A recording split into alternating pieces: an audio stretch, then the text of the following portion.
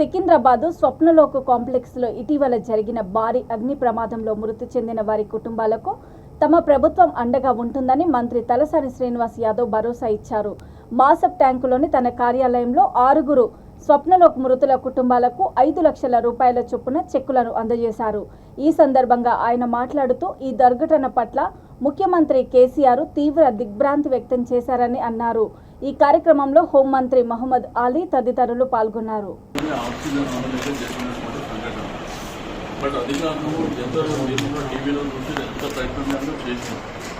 But వాళ్ళకి ఏంటంటే సరిగ్గా ఆక్సిజన్ అందక డబ్బు ఆడక జరిగినటువంటి సంఘటన. బట్ అన్న వాళ్ళు వెంటనే ఫోన్ చేశారు. ఆమె మన కవిత ఎంపీ గారు మాధవ కవిత గారు ఆమె ఫోన్ చేసింది, శంకర్ నాయక్ చేసింది. ఇవన్నీ చెప్పిన తర్వాత మేము వెంటనే అక్కడ కలెక్టర్ గారితో మాట్లాడి అందరం కూడా సరే వాళ్ళకి ఏమి తీసుకుంటారు, పోయిన వాళ్ళని అయితే తెచ్చే పరిస్థితి లేదు, బట్ మీ కుటుంబాలను ఆదుకోవడానికి చేయండి అని చెప్పి నేను సీఎం గారితో మాట్లాడి కేటీఆర్ గారితో మాట్లాడి మీకు ఎంత సాయం అన్నారో చేస్తామనేది ఒకటి.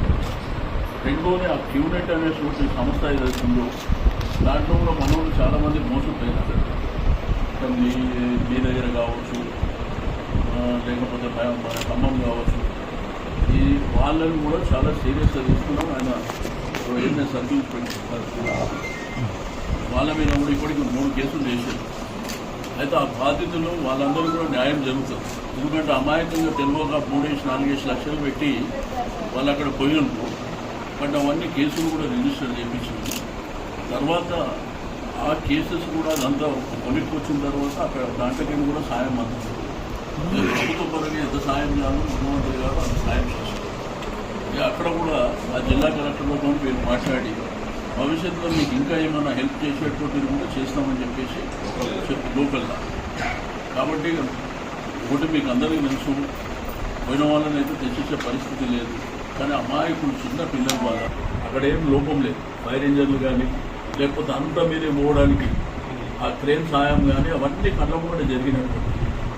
అయితే కొంతమంది ఏంటంటే కాపాడగలిగినాం, బయట ఉన్న కాపాడగలిగినాం.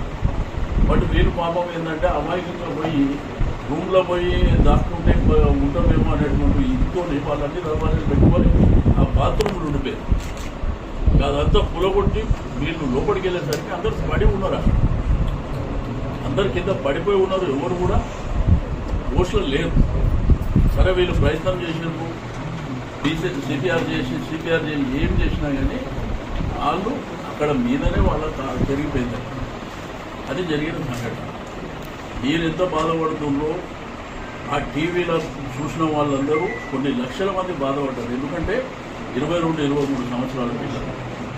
రెండవది మళ్ళీ తెల్లారే హాస్పిటల్ వచ్చినాం, మీరందరూ ఆ పక్కనే ఏడుస్తున్నారు. హాస్పిటల్లో వచ్చి ఏమేమి చేయాలన్నా అవన్నీ చేసినాం ఆన్లైన్లో పెట్టి. కాబట్టి